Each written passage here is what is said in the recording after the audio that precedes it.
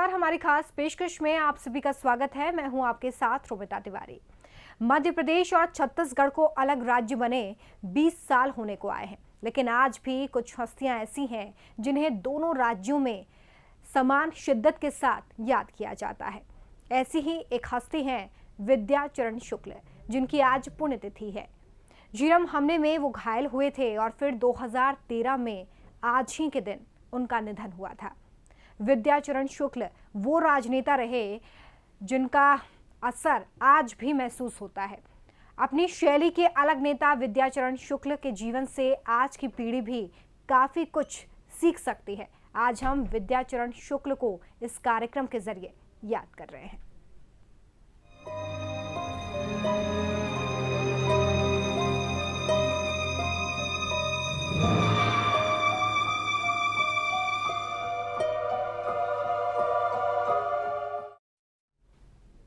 कांग्रेस के कद्दावर नेता स्वर्गीय विद्याचरण शुक्ल की आज पुण्यतिथि है। आज ही के दिन 2013 में विद्याचरण ने दिल्ली के मेदांता अस्पताल में अंतिम सांस ली थी। वो नक्सली हमले में घायल हुए थे। विद्याचरण शुक्ल की एक अलग किस्म के नेताओं में गिनती होती है। किसी भी राजनेता में जितने भी गुण हो सकते हैं वो सब विद्याचरण शुक्ल में थे। एक राजनेता के बेटे नफासत से रहने वाले नेता, उनके पिता रविशंकर शुक्ल मध्य प्रदेश के पहले मुख्यमंत्री थे और भाई श्यामाचरण शुक्ल भी। इस नाते राजनीति उन्हें विरासत में मिली। 1957 में महज 28 साल की उम्र में वो सांसद बन गए। इस दौरान ढेरों किस्से थे जिन्हें उन्होंने बंसल न्यूज के साथ साझा भी किया था। पंडित जी का 7 साल का प्रधानमंत्री काल हमने बहुत नजदीक से देखा।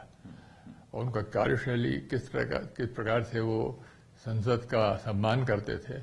छोटे छोटे मामलों में भी थोड़ी सी जहां पर जरूरत पड़े वो तुरंत संसद में हाजिर होकर अपना काम करते थे। राज्यसभा में बात करना हो, लोकसभा में बात करना हो, और यहाँ तक कि वो सब सांसदों से कहते थे, खासकर कांग्रेस के सांसदों से, कि आप लोग यहाँ पर इस तरह से मैले कुचैले कपड़े और कुछ भी कपड़े पहन के मत आया कीजिए। जब जाते हैं तो एक ऐसा जैसा मंदिर में लोग जाते हैं उस तरह से साफ सफाई से और अच्छी भावना लेके यहाँ। विद्याचरण शुक्ल कांग्रेस के उन ताकतवर नेताओं में गिने जाते हैं जिन्होंने राजनीति अपनी शर्तों पर की। जानकारों की नजर में उनकी राजनीति की स्टाइल खुला खेल, फर्रुखाबादी किस्म की थी। वो जो करते थे माथे पर बगैर शिकन लाए करते थे, चाहे वो प्रतिद्वंदियों को पटखनी देना हो या फिर दल बदल हो। जिस समय देश में आपातकाल लागू था उस समय वो केंद्रीय सूचना प्रसारण मंत्री थे और उन्होंने प्लेबैक सिंगर किशोर कुमार के गानों के प्रसारण पर रोक लगा दी थी। 1975 से 77 में जब किशोर कुमार जी को कुछ आकाशवाणी में बैन किया गया था, ये आपका निर्णय था या आप पर दबाव था कि ऐसा करो? नहीं, वो आकाशवाणी वालों का निर्णय था। वो जान के उन्होंने किया जी कि वो सहयोग नहीं करते थे। बहुत से जो भारत सरकार के काम होते थे, इंफॉर्मेशन ब्रॉडकास्टिंग काम होते थे, तो जो सहयोग नहीं करते थे उनसे सहयोग लिया नहीं जाता था। इस तरह की भावना से किया गया और उसमें मेरा कोई योगदान या संजय गांधी कोई योगदान नहीं था। वो हो रहा था, होने दिया, उसको रोका नहीं, उसमें बीच में हस्तक्षेप नहीं किया, पर हुआ। और फिर उस वक्त भी लगा मुझे, और मैं समझता हूँ बहुत लोगों को लगा होगा कि ये बात ठीक नहीं हुई। सियासत का खेल भी कुछ ऐसा ही है। कभी आप शिखर पर होते हैं तो कभी हाशिए पर पटक दिए जाते हैं। विद्याचरण शुक्ल के साथ भी ऐसा ही हुआ, मगर वे फिनिक्स पक्षी की तरह बार बार उभरते रहे। वो छत्तीसगढ़ के पहले मुख्यमंत्री भी बनना चाहते थे लेकिन नहीं बन सके। वो अलग थे। उनके पिता और भाई दोनों से जीवन को भरपूर जीने की हामी।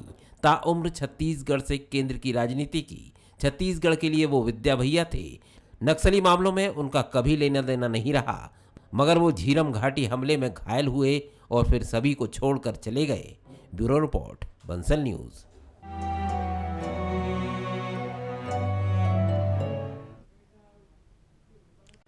तो देखिए, विद्याचरण शुक्ल जिनकी शख्सियत किस तरह की रही है ये आपने देखा। एक अलग राजनीति के लिए वो जाने जाते थे और एक कद्दावर नेता के तौर पर उनकी जो छवि है वो आज भी लोगों के दिलों में है और आज हम उनके कुछ और किस्से, कुछ और ऐसी बातें जो अनकही रहीं, पर्दे के सामने नहीं आ पाई, इसको लेकर बातचीत करेंगे। लेकिन इस वक्त जो राजनीति का दौर है उसमें ऐसे राजनेता से बहुत कुछ सीखने के लिए भी मिलता है, उनकी कार्यशैली से, उनके राजनीतिक स्टाइल से। क्योंकि विद्याचरण शुक्ल को आपने देखा कि किस तरीके से उनकी जो अलग राजनीति की स्टाइल थी उसको लेकर जो विरोधी थे वो भी उनके कायल हो जाते थे। तो इसी तरह की वो हस्ती रहे हैं और आज उनकी पुण्यतिथि है जिस पर हम आज बातचीत करेंगे ऐसे लोगों से जिन्होंने बहुत करीब से उन्हें देखा है और बहुत करीब से उन्हें जानते हैं। दौलत रोरा हमारे साथ जुड़ गए हैं आज की इस चर्चा में। कांग्रेस नेता हैं, साथ ही विद्याचरण जी के जो ड्राइवर हैं, जो अंतिम समय में उनके साथ थे, वो हमारे साथ जुड़े हुए हैं। हमारे साथ हमारे चैनल हेड शरद द्विवेदी भी जुड़ गए हैं। शरद जी, सबसे पहले आपके पास आ रही हूँ। विद्याचरण शुक्ल एक ऐसी हस्ती जो मध्य प्रदेश और छत्तीसगढ़ में एक बड़े राजनेता, एक बड़े सियासी हस्ती के रूप में उभरे और आज की राजनीति में भी उनका असर कम नहीं है। बिल्कुल रोमिता, और विद्याचरण जी के साथ जो आखिरी इंटरव्यू हमारा रहा, जो मुझे लगता है किसी भी समाचार माध्यम का, ख़ास तौर पर किसी भी टेलीविज़न चैनल का आखिरी इंटरव्यू था विद्याचरण शुक्ला जी के निधन के पहले। और मैंने बहुत कुछ उनको सुन रखा था, चूँकि हमारी पीढ़ी के जो जर्नलिस्ट हैं वो विद्याचरण जी के संपर्क में उनके जीवन के आखिरी राजनीतिक जीवन का जो आखिरी चरण था, हम लोग उसी समय उनके संपर्क में आए। और जितना हमने विद्याचरण जी और उनके बड़े भाई जो मध्य प्रदेश के मुख्यमंत्री भी रहे, श्यामाचरण जी के बारे में जाना, तो हमने ये ज़रूर समझा कि वो दोनों ही शुक्ल बंधु जो रहे, ये अपने मिजाज के राजनेता थे, ये अपनी दुनिया में रहने वाले राजनेता थे। ये प्रतिस्पर्धा से अपने को अलग रखने की कोशिश इस मायने में करते थे कि वो ये मानते थे कि वो अपने समकालीन राजनेताओं में सबसे अलग और सबसे कद्दावर हैं और गुणों में भी वो सबसे आगे हैं। और यही वजह रही कि मध्य प्रदेश की राजनीति के प्रिंस कहे जाने वाले श्यामाचरण शुक्ला जी के लिए तो ये मध्य प्रदेश के कई वरिष्ठ पत्रकारों ने कहा कि वो अपनी ही एक दुनिया में रहते थे और ये मानते थे कि उनका कोई राजनीति में कोई विकल्प ही नहीं है, क्योंकि उस समय वो इंदिरा गांधी जी का युग था राजनीति में। और विद्याचरण माफ़ कीजिएगा, श्यामाचरण जी को हमेशा ये लगता था कि इंदिरा जी मध्य प्रदेश में श्यामाचरण जी का कोई विकल्प कभी तलाश नहीं पाएंगी।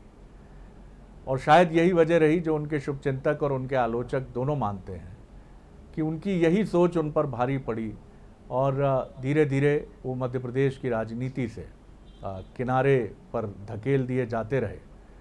और एक पूरी पीढ़ी जो उनके बाद उभरने की मध्य प्रदेश में कोशिश कर रही थी, जिसमें कुछ उनके समकालीन भी थे। अर्जुन सिंह जी की मैं बात करूं, लेकिन अर्जुन सिंह के साथ माधवराव सिंधिया, दिग्विजय सिंह, अजीत जोगी और कुछ छत्तीसगढ़ के उनके साथी मोतीलाल वोरा, ये मध्य प्रदेश की राजनीति के परिदृश्य पर आते रहे। और कमोबेश ऐसा ही विद्याचरण जी के साथ हुआ, लेकिन दोनों ही बंधुओं की राजनीति में बड़ा अंतर था।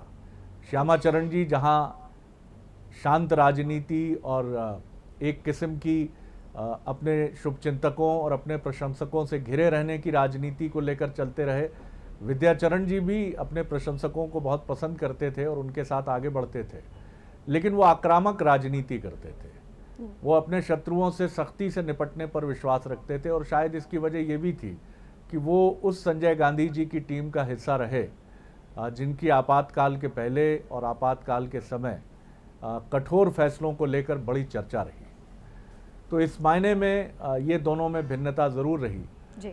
लेकिन विद्याचरण जी का जो राजनीति का अंदाज़ था वो बड़ा नफासत भरा अंदाज़ था। मैं जब उनसे मिला तो जहाँ तक मुझे ध्यान है, दौलत जी इसको और कंफर्म करेंगे, जो बीते करीब करीब 25 सालों से विद्याचरण जी के साथी रहे, कि 70 साल की करीब उनकी उम्र होगी, लेकिन मैंने उनके चेहरे पर कोई झुर्री नहीं देखी। चेहरा ऐसा था कि जैसे कश्मीरी सेब की तरह एक बिल्कुल एक रेडिश इम्पैक्ट के साथ उनका चेहरा चमकता हुआ नज़र आता था। और कपड़ों को लेकर जो उनका अंदाज़ था वो भी उतना ज़बरदस्त था। मुझे ये भी बताया गया कि आप अगर उनके वार्डरोब में जाएंगे तो अगर आप रेड के शेड्स देखेंगे तो आपको कम से कम सिर्फ रेड यानी लाल रंग के 6 या 7 शेड्स मिल जाएंगे, चेरी रेड से लेकर मैरून और तमाम जो रेड के अलग अलग शेड्स होते हैं। इसी तरह अगर आप वाइट के शेड देखेंगे तो उसके भी 4-5 शेड्स उनके यहाँ मिल जाएंगे, दूधिया, प्योर वाइट और हल्का वाइट। ये उनका अंदाज़ था, चाहे उनके शूज़ हों, उनके चप्पल हों, उनका अंदाज़ हो। तो एक इस मामले में वो एक एलिटिस्ट राजनेता थे। हमारे साथ दौलत जी हैं, बहुत क्लोज और बहुत ये एक ऐसे साथी हैं जिन्होंने बिना किसी अपेक्षा के बहुत लंबा साथ निभाया। दौलत जी, मैं आपके तरफ आऊँगा, फिर जो वाहन चालक साथी आपके साथ हम बंसल न्यूज़ से जुड़ रहे हैं, हम उस अनुभव को भी जानेंगे जो एक बहुत दुर्भाग्यपूर्ण घटनाक्रम था और जिसने छत्तीसगढ़ की राजनीति के कई कद्दावर राजनेताओं को काल के गाल में धकेलने का काम किया। झीरम घाटी का वो हमला जिसको कभी कोई याद नहीं रखना चाहेगा। आप किस तरह याद करते हैं श्यामाचरण शुक्ला जी के व्यक्तित्व को? ये बात मुझे आप ही ने बताई थी कि अगर आप उनके वार्डरोब में झांकें तो हर रंग के 5 या 6 शेड्स मिलेंगे। वो इतना शौकीन कपड़ों के रहे, जीवन शैली को लेकर रहे। खाने में मुझे याद आता है कि आप भले ही उनके साथ नाश्ते या भोजन पर आमंत्रित हों तो आप 56 व्यंजन सेवन कर सकते हैं, लेकिन उनके खाने की प्लेट में स्प्राउटेड अंकुरित जो खाद्य पदार्थ होते हैं वही दिखते थे और फल फ्रूट्स, यही उनके एक बहुत फिटनेस का राज था। किस तरह आप विद्याचरण जी की पर्सनैलिटी को याद करते हैं? जी, सर्वप्रथम तो मैं उनके चरणों में नमन करके श्रद्धांजलि अर्पित करता हूँ। उनके निधन को आज 7 वर्ष हो गए हैं और उनका निधन जो हुआ था वो 84 वर्ष में हुआ था। वो समय में 84 वर्ष के थे। खान पीन के मामले में तो ऐसा है कि वो ज़्यादा बॉयल सब्जी बिना तेल मसाले की खाने का शौक़ रखते थे और खाने के समय में आराम से बैठ के खाना खाना। जो उनके साथ हैं आए हैं मिलने, उनको भी वो भोजन जरूर परसवाते थे कि सबको आपको बैठ के खाना खाना है, या चाय पीना हो या नाश्ते की टेबल हो, उनको भी आमंत्रित करके उनको बुलाते थे। पत्रकारों से मिलने का उनका बड़ा शौक़ रहता था। पत्रकार हुए, संपादक हुए, इनको बुला बुला के वो नाश्ते पे, खाने पे, चाय पे बुलाते थे। उनसे कई राज्य में क्या चल रहा है, देश में क्या चल रहा है, लोगों की क्या समस्या है, उन सबको समझने का वो प्रयत्न बहुत करते थे। वो एक राजनेता थे। राज्य करना है उनको, राज्य की सेवा करना है, जनता की सेवा करना है, ये उनकी सोच रहती थी। हमेशा धोती कुर्ता पैजामा, ज़्यादा से ज़्यादा सफारी, और फिर उसके बाद कभी कभी वो टोपी पहन लेते थे, सूट पहन लेते थे, कभी जींस पहन लेते थे। कपड़े पहनने का उनका शौक़ था। पर कहीं ऐसा कहीं गए, इस जगह गए तो ऐसे कपड़े पहन लिए, लेकिन वैसे वो नियमित कुर्ता पैजामा, धोती कुर्ता और सफारी पहनते थे। युवा में युवा तर्कों से उनका बड़ा लगाव रहता था, चाहे बुद्धिजीवी हो चाहे युवा हो। वानर सेना बोलते थे, ये इनको आगे बढ़ाना है, देश की सेवा में लगाना है, ये उनकी सोच रहती थी। पंडित जवाहरलाल नेहरू जी के समय में 1957 में वो पहली बार संसद चुनाव जीत के गए थे, महासमुंद लोकसभा से। उस समय में अटल बिहारी वाजपेयी जी भी चुनाव जीते थे प्रथम बार जी। उस समय में विद्या भैया की उम्र 28-29 साल थी और अटल बिहारी वाजपेयी जी की उम्र 33 वर्ष थी। उनसे छोटे थे वो 4 साल जी। युवा संसद जीत के गए थे। नेहरू जी बड़े प्रसन्न होते थे कि देखो युवा लोग जीत के आ रहे हैं, बड़े प्रसन्न होते थे। विद्या भैया जो बताते थे हमसे जो उन्होंने बातें बताई थी, कुछ आपको भी चैनल में इंटरव्यू में आखिरी बार में बताई उस बातों को, तो नेहरू जी बड़े प्रसन्न होते थे कि युवा लोग जीत के आ रहे हैं, अच्छे कपड़े पहनो, अच्छी तरीके से रहो, साफ सुथरे रहो। ये सब उन्होंने उनको सिखाया था, कपड़े पहनने की शैली वगैरह। उनको पंडित जी बोलते थे विद्या भैया। बिल्कुल दौलत जी, आपने ठीक कहा। और ये इंटरव्यू जब हमने किया था, आखिरी इंटरव्यू जो मीडिया का विद्याचरण जी के साथ था, तब भी उन्होंने ये कहा था कि नेहरू जी अक्सर संसद के गलियारों में अटल जी को और मुझे बुलाते थे और कहते थे तुम दोनों पहली बार जीत कर आए हो। और ख़ास तौर से अटल जी के लिए उन्होंने हमें बताया था कि अटल जी की भाषण की जो शैली थी, वक्तृत्व शैली थी, उससे नेहरू जी बहुत प्रभावित थे और कहते थे नौजवान तुम इसी तरह बोलो, इसी तरह सरकार को घेरो और कभी झुकना नहीं, कभी दबना नहीं, कभी डरना और झिझकना नहीं, बहुत आगे जाओगे। और ये दोनों के लिए कहते थे, विद्याचरण जी को भी कहते थे कि तुम भले ही कांग्रेस के साथी हो, कांग्रेस के युवा नेता हो, लेकिन कांग्रेस की नीतियों की मुखालिफत करने से कभी हिचकना नहीं, चाहे वो संसद का मंच हो या सार्वजनिक मंच हो, जो चीज़ गलत लगे उसको बेहिचक कहना। एक बड़ा ऐतिहासिक घटनाक्रम जो छत्तीसगढ़ के जन्म के साथ जुड़ा है, दौलत जी, मैं उसको भी जानना चाहूँगा, थोड़ा आपकी दृष्टि से समझना चाहूँगा कि उस दिन हुआ क्या था। सबकी बड़ी निगाह रहती है, वो इतिहास के पन्नों में दर्ज है वो घटना, और ये घटना है नवंबर 2000 की, जब छत्तीसगढ़ के मुख्यमंत्री का निर्णय होना था और विद्याचरण जी भी उस कतार में प्रथम पंक्ति के नेताओं में अजीत जोगी जी के साथ, मोतीलाल वोरा जी के साथ, श्यामाचरण जी के साथ, सबके साथ वो भी शामिल थे। दिग्विजय सिंह जी उनको मनाने के लिए उनके फार्म हाउस पहुँचे थे और वहाँ जो घटनाक्रम हुआ वो धक्का मुक्की का था।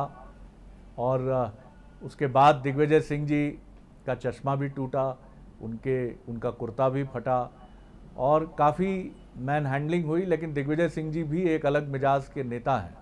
वो उन परिस्थितियों में भी मीडिया के सामने आए और जब लोगों ने पूछा आपका कुर्ता फटा है, चश्मा आपका टूट गया है, चश्मा कहाँ है, तो उन्होंने बड़ा मुस्कुराते हुए उन सब प्रश्नों का उत्तर दिया कि ये परिस्थितियां जो हैं उनमें ये सब चीज़ें बहुत स्वाभाविक हैं और मेरी सकारात्मक बातचीत हुई। उस दिन हुआ क्या था? विद्याचरण जी के समर्थक काफ़ी उत्तेजित थे। विद्याचरण जी से क्या चर्चा रही थी दिग्विजय सिंह जी? बिल्कुल, दौलत जी से हम इस पर आगे जानेंगे कि उस दिन क्या हुआ था। इस वक्त हमारे साथ कांग्रेस नेता प्रदीप चौबे भी फोन लाइन पे जुड़ गए हैं।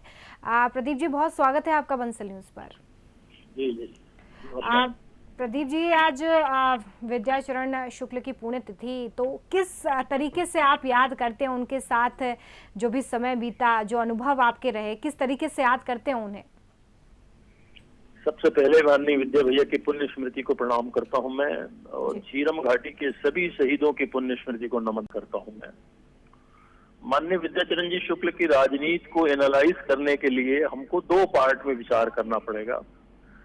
जब 1957 में पहली बार वो लोकसभा सांसद बन के गए और 1957 से 1980 तक की उनकी एक भूमिका, जिसमें 1977 से 80 तक आपातकाल भी उसमें शामिल है, और 1980 से 2013 तक उनकी जो भूमिका है, दोनों भूमिका में हम विद्याचरण जी शुक्ल की राजनीति को दो अलग दिशाओं में पाते हैं। प्रथम जो कार्यखंड था उनका 57 से 77 और 77 से 80, वो पूरे देश के निर्माण में लगे हुए थे। वो एक ऐसे अकेले राजनेता हैं, कांग्रेस के नेता थे, जो पंडित नेहरू, इंदिरा गांधी, शास्त्री जी, राजीव जी, सबके साथ काम करने का उनको विशाल अनुभव रहा। और जब इंदिरा गांधी के मंत्रिमंडल में पहली बार वो मंत्री बनाए गए, तब से मध्य प्रदेश और देश के निर्माण में उनकी बड़ी भूमिका रही, चाहे रक्षा उत्पादन राज्य मंत्री के रूप में हो, चाहे सूचना एवं प्रसारण मंत्री के रूप में हो। छत्तीसगढ़ के विकास के लिए रायपुर का प्रथम दूरदर्शन केंद्र उन्हीं की देन है, ऐसा हम पाते हैं। 57 से 77-80 तक के दौर में प्रादेशिक राजनीति से ऊपर रहते थे विद्याचरण जी शुक्ल। प्रादेशिक राजनीति की जिम्मेदारी श्री श्यामाचरण जी शुक्ल निभाया करते थे। लेकिन 77-80 के बाद जो कांग्रेस का विभाजन हुआ और श्यामाचरण जी शुक्ल संगठन कांग्रेस, रेड्डी कांग्रेस में रह गए, उसके बाद माननीय विद्याचरण जी शुक्ल की जो भूमिका है 1980 के बाद कांग्रेस, मध्य प्रदेश और देश में, वो दूसरे प्रकार की हम पाते हैं। 1980 के बाद, 1980 से पहले परंपरागत नेतृत्व को साथ लेकर चलने वाले राजनेता रहे हैं विद्याचरण जी शुक्ल। कहीं कोई हस्तक्षेप हम नहीं देख पाते हैं राजनीति में, मध्य प्रदेश की राजनीति में या छत्तीसगढ़ की राजनीति में उस जमाने में। लेकिन 1980 के बाद उन्होंने राजनीति के सारे सूत्र मध्य प्रदेश में, जिसमें छत्तीसगढ़ भी शामिल था, अपने हाथ में लिया, नए नेतृत्व को आगे किया। कई नाम है 1980 में जिनको उन्होंने आगे बढ़ाया। छत्तीसगढ़ के स्तर पर हम यदि देखें, स्वरूप चंद जी जैन, तरुण चटर्जी, इंदुरिया, राजेंद्र तिवारी जी, बलबीर जुनेजा, सुहास दुप्पड़, विजय पांडे नांदगांव में, नरेंद्र तिवारी, प्रमोद चौबे। आदिवासी नेतृत्व की हम बात करें, रायगढ़ में चनेश राम राठिया, गोदिल प्रसाद अनुरागी जी को सांसद बनाया बिलासपुर से सतनामी समाज के। परशुराम भारद्वाज नौजवान को निकाल कर लाए और सांसद बनाए। तो एक नई भूमिका, नए लोगों की टीम तैयार करने में उनकी रुचि विशेष रहती थी। और जैसा कि मेरे पूर्व वक्ताओं ने कहा यहाँ आपके चैनल में, बड़े आक्रामक राजनीति को लेकर 1980 में आए थे वो। तो हम उनके राजनीति को दो प्रकार के कार्य विभाजन के आधार पर हम लोग मूल्यांकन करते हैं। बिलासपुर में अशोक राव को आगे किया, अग्नि चंद्राकर, भेखराम साहू, तमाम नौजवान पीढ़ी को उन्होंने आगे किया।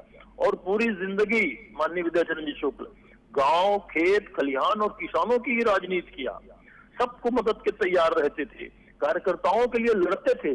एक बार मुझसे उन्होंने कहा था, जब हम लोग नीचे आपस में दोनों बैठे थे, मेरे को याद नहीं है सुन, लेकिन मेरे को कहा था कि प्रदीप, हम भी यदि प्रणब मुखर्जी जैसे बंगाल में राजनीति किए होते, छत्तीसगढ़ में या मध्य प्रदेश में, तो आज बहुत शिखर पे रहे होते। प्रणब मुखर्जी कभी किसी कार्यकर्ताओं के लिए नहीं लड़ते रहे, खुद की राजनीति को देखते रहे। हमने सबको साथ लेकर सभी कार्यकर्ताओं की लड़ाई को अपनी लड़ाई समझकर पूरी राजनीति की, इसलिए हमको बहुत सारा सेटबैक भी देखना पड़ा। ये मुझसे उन्होंने कई बार कहा था। माननीय विद्याचरण शुक्ल मैनेजमेंट के मामले में बड़े तगड़े थे। मैं आज की राजनीति में यदि वो मैं लौटूंगा आपकी तरफ, और कई और महत्वपूर्ण मुद्दे हैं। आपने बहुत, बिल्कुल मुझे लगता है उनके व्यक्तित्व का पूरा कैरिकेचर हमारे सामने खींच दिया है। मैं एक उस घटनाक्रम पर आपकी भी टिप्पणी लूंगा, लेकिन दौलत जी से नवंबर 2000 की उस घटना का जरूर एक संक्षिप्त, क्योंकि वो जरूर उसके प्रत्यक्षदर्शी रहे थे उस समय। दौलत जी, कैसे याद करते हैं आप उस घटना को जिसमें दिग्विजय सिंह जी उनके फार्म हाउस पहुंचे थे, और वो बहुत चर्चित घटनाक्रम है जो इतिहास में दर्ज हो गया? जी, पहले तो मैं प्रदीप भैया को प्रणाम करता हूँ आपके चैनल के माध्यम से। और उस समय में ऐसा कुछ नहीं था कि जैसा कहा जाता है। उस समय में 3 पर्यवेक्षक बन के आए थे छत्तीसगढ़ के मुख्यमंत्री के लिए। उस समय के वर्तमान मुख्यमंत्री दिग्विजय सिंह जी, गुलाम नबी आज़ाद जी और प्रभा राव जी, 3 पर्यवेक्षक बन के आए थे कि मुख्यमंत्री किसे बनाना है। उसी में वो सलाह करने आए थे। बाहर में बहुत सी पब्लिक खड़ी थी, मुख्यमंत्री का दौर चल रहा था। अब क्या हुआ क्या नहीं, भैया को कोई जानकारी नहीं थी। भैया को आके अंदर किसी ने बताया कि बाहर भैया बहुत लोग खड़े हैं और कुछ अनदेशी घटना न हो जाए करके। तो उस समय भैया बाहर आए थे और सबको ले गए थे बाहर। उस समय में दिग्विजय सिंह जी अंदर बैठे थे, गुलाम नबी आज़ाद भी बैठे थे और प्रभा राव भी बैठी थी। फिर उन लोगों ने आपस में चर्चा की। हम लोग सब अंदर थे। बाहर की ये घटना थी, वो उनके बंगले के बाहर बहुत बड़ा एरिया था, वहाँ से वो गेट के आगे की घटना थी। तो क्या हुआ था इतना तो हम लोगों को कोई जानकारी नहीं थी, हम तो अंदर ही बैठे थे। गुलाम नबी आज़ाद जी ने बाहर आके बताया कि भैया पब्लिक, आपके लोग, समर्थक लोग बहुत खड़े हैं वहाँ पे, कोई अनहोनी घटना न हो जाए, आप थोड़ा देखिए करके। तब भैया बाहर निकल के सबको भगाए थे बाहर, गेट के बाहर था जी।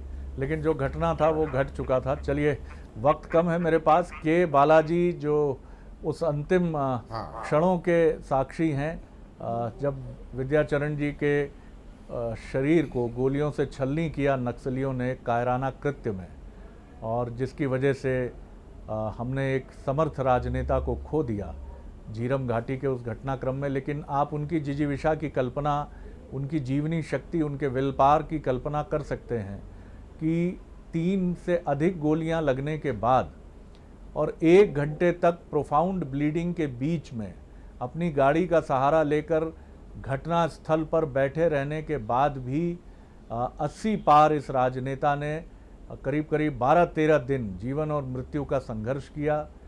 और कई बार ऐसा लगा कि वो मृत्यु को पराजित कर निकल आएंगे, लेकिन जो उपचार में 1-1.5 घंटे 2 घंटे का विलंब हुआ वही भारी पड़ा। लेकिन फिर भी उन्होंने बताया कि वो राजनीति में विचलित होने वाले राजनेता नहीं। बालाजी, कैसे आप हमें उस संक्षेप में बताएं वो अंतिम क्षण जब आप वाहन लेकर विद्याचरण जी को बढ़ रहे थे आगे, दौलत जी भी साथ में थे, क्या कैसे आप याद करते हैं? क्या गोलियों की बौछार थी, क्या दृश्य था वो? जी, वो गोली का आवाज़ तो हम तो आज तक भूल नहीं पाए विद्या भैया के याद में जी। और हमारे विद्या भैया इतने स्ट्रांगली आदमी थे विद्या भैया, जी जो उनको गोली लगने के बाद भी उन्होंने हिम्मत देना चालू किया सभी को जी कि कुछ नहीं होगा, आप लोग टेंशन मत लो, डरो मत, और सबको शांत करके संभाल के रखा विद्या भैया ने। जी और उन्हें जब गोली लगी, ब्लड लग गया, जब जी उनको नाक से ब्लड आने लग गया, ओह जी उनको हम लोग को सभी को एकदम बोले कि हिलो मत, बात मत करो, जी और अच्छे से धीरे रहे। फिर नक्सली अटैक हुआ, आखिरी में जो नक्सली आए जी और बात कर रहे थे गेट के बाहर कि गोली मारो चेक करके। जी तो हम लोग, मुझे, दौलत भैया को, देवांगन जी को, निखिल द्विवेदी जी को, हम लोग को नक्सलाइट लोग ले कर गए एक जगह। जी वहाँ रखने के बाद विद्या भैया को नीचे रख के उन गाड़ी का सामान वामान और मोबाइल वगैरह पूरा छीन के लेकर चले गए थे। जी जी जी जी और हमने बोला कि विद्या भैया, हम लोग आंध्रा से जगदलपुर जा रहे हैं और हम लोग बस्तर जा रहे हैं, जगदलपुर जा रहे हैं। तो उन्होंने कुछ हम लोग को अलग से लेकर रखा। फिर बाद में हम लोग वहाँ पहुँचे उस जगह पे, जी जी मगर तब तक बहुत देरी हो चुका था, उनका बहुत ब्लड बह चुका था। जी मगर जी मगर उस दिन के याद में हम लोग हमेशा याद करते रहते हैं। मतलब विद्या भैया बहुत स्ट्रांगली आदमी थे, बिल्कुल ठीक कहा उनमें आपने। हिम्मत बहुत सारे थे। 1 घंटे से ज़्यादा घटना स्थल पर बहते खून के साथ 80 पार का एक राजनेता अगर अपने साथियों को हिम्मत बंधा रहा है और कह रहा है कि आवाज़ मत करो ज़्यादा, नक्सली फिर नहीं तो कोई निशाना बना सकते हैं। उनके अंतिम शब्द क्या थे जब तक वो होश में थे? आप लोगों से जब तक उनको हेलीकॉप्टर से रायपुर लाया गया, क्या उनका कोई अंतिम शब्द आपको याद आता है? बालाजी या दौलत जी, कुछ आप, बस इसके बाद मैं धन्यवाद करूंगा आप सभी को, वक्त की मर्यादा है। जी मैं आखिरी के समय उनको 4:05 में पहली गोली लगी थी। 6:15 बजे हमको नक्सली पकड़ के ले गए थे, ऊपर बंधक बनाए थे। 7:15 बजे मीडिया वाले आए थे और 8:15 बजे वहाँ के पुलिस अधीक्षक आए थे। तब तक 4 घंटा हो गया था। भैया को 3 गोली और 14 छर्रे लगे थे। और उसके बाद हम अस्पताल पहुंचे थे। तो अस्पताल जाने के वक्त जो लैंडमाइन गाड़ी में हम जा रहे थे, तो उस समय में यहाँ के धमतरी के पूर्व विधायक हर्षद मेहता जी, यहाँ के एक महासमुंद लोकसभा से चुनाव लड़े साहू जी, और अपने एक ड्राइवर थे इनके नंद कुमार पटेल जी वक्त कम है मेरे पास। इनको सबको बोले बिठा लो लैंडमाइन में, गाड़ी में बिठा लो। यानी वो बातचीत करते रह रहे थे, जी जी जी जी बातचीत कर रहे थे और पूरे। सबको बोले ले चलो, नहीं तो यहाँ गांव वाले इनको मार देंगे। पर उनको जी और असल में उनका इलाज अगर समय से पहले हो जाता तो शायद आज इस दुनिया में हमारे पास आज विद्या भैया रहते। पर बड़े दुख की बात है कि उस घटना के बाद, उस घटना में न सही तरीके से हमको सुरक्षा दी गई, न सही तरीके से उनका इलाज हो पाया। यानी इसका 7 साल हो गया है। आज हम झीरम घाटी में इंतजार कर रहे हैं सिर्फ कि कौन है उसका षड्यंत्रकारी, कौन है। ये बड़ा उसकी सवाल आपने जानकारी खड़ा आज तक किया नहीं है आ दौलत जी, और यही सबसे बड़ा सवाल है कि हम बहुत सारी बातें तो करते हैं, लेकिन हमारी जो जांच प्रक्रिया है वो पता नहीं किस पैरालिसिस की शिकार है। कि चाहे विद्या भैया जी या झीरम घाटी में कई समर्थ नेताओं की अकाल मृत्यु का मसला हो नक्सलियों के हाथों, या फिर भोपाल गैस त्रासदी जैसे मसले हों, ये कभी अपने अंजाम तक नहीं पहुंचते और हम कभी ये नहीं जान पाते कि इसके लिए आखिर वास्तविक तौर पर दोषी कौन है। बहुत धन्यवाद करता हूँ दौलत जी आपका, चौबे जी हमारे साथ जुड़े जिन्होंने बहुत एक अलग तरीके से याद किया, और धन्यवाद बालाजी आपका भी। तो एक ऐसे राजनेता को ये श्रद्धांजलि है। जो कुछ कहना चाह रहे हैं चौबे जी आप? जी बहुत धन्यवाद आप। जी जी बोलिए। जी जी चलिए बहुत धन्यवाद करता हूं। रोमिता। बिल्कुल, तो देखिए आज विद्याचरण शुक्ल की पुण्यतिथि और जिस भी तरीके से उन्हें अपने अपने तरीके से लोग याद कर रहे हैं और आपने सुना है कि जो उनके करीबी रहे हैं वो कितने भावुक इस वक्त, और उस क्षण को याद करके भी वो भावुक हुए जो अंतिम क्षण उनके साथ रहे। लेकिन कुल मिलाकर जो बात हमने समझी आज इस चर्चा से वही कि एक बहुत स्ट्रॉन्ग व्यक्तित्व, एक अलग राजनीतिक स्टाइल जिसके लिए विद्याचरण शुक्ल जाने जाते हैं, और मध्य प्रदेश और छत्तीसगढ़ की राजनीति में आज भी कहीं ना कहीं वो असर दिखाई देता है, जिससे आज के राजनेताओं को बहुत कुछ सीखने की ज़रूरत है। बंसल न्यूज़ की तरफ से भी विद्याचरण शुक्ल को हम श्रद्धांजलि देते हैं। नमस्कार।